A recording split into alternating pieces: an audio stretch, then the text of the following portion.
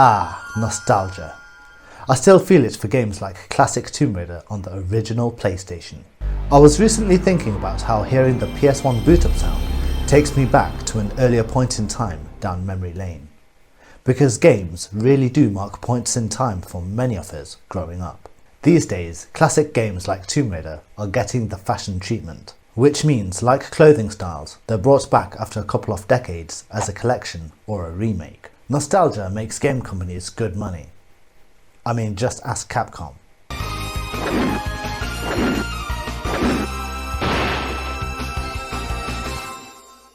Because there will always be an older audience of adults who have the cash to splash on old games, so they can relive parts of their childhoods again. Myself included. I won't lie, the Tomb Raider remaster caught my attention, but only enough to have me load up an old copy of the game on the PC to mess about with.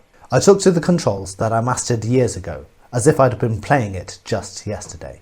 And there's a reason that these games leave such lasting impressions on our nervous systems, in a way that the newer ones don't.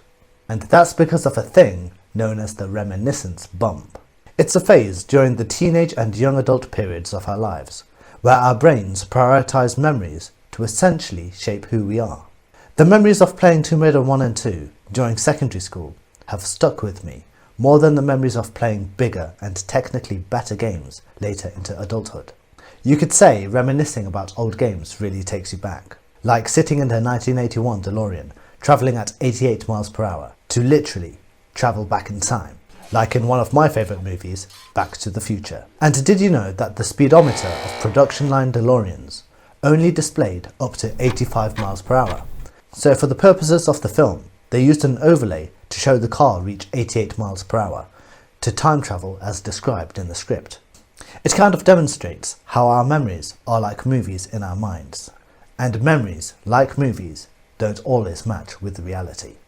This mismatch with reality also happens with replaying old games, and there's a reason why it's not the same when we download or emulate classic games to relive the past.